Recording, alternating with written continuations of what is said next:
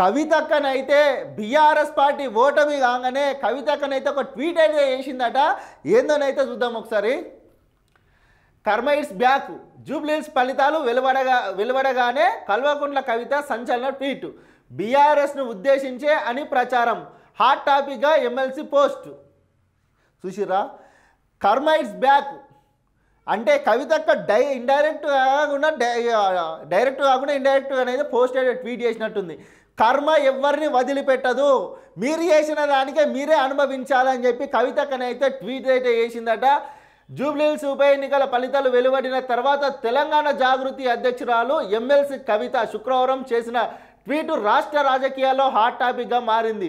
జూబ్లీహిల్స్లో బీఆర్ఎస్ ఓటమి పాలైన వెంటనే ఆమె ఎక్స్ వేదికగా కర్మ ఇట్స్ బ్యాక్, కర్మ అనుభవించాల్సిందే అంటూ ట్వీటు.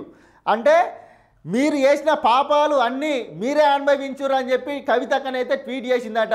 ఇది బీఆర్ఎస్ పార్టీని ఉద్దేశించే కవిత ఒక ట్వీట్ చేసినట్టయితే మొత్తం హాట్ టాపిక్గా రాష్ట్ర రాజకీయాల్లో అయితే హాట్ టాపిక్గా మారిందని చెప్పి అయితే ప్రచారం అయితే జోరుగానైతే సాగుతుందంట.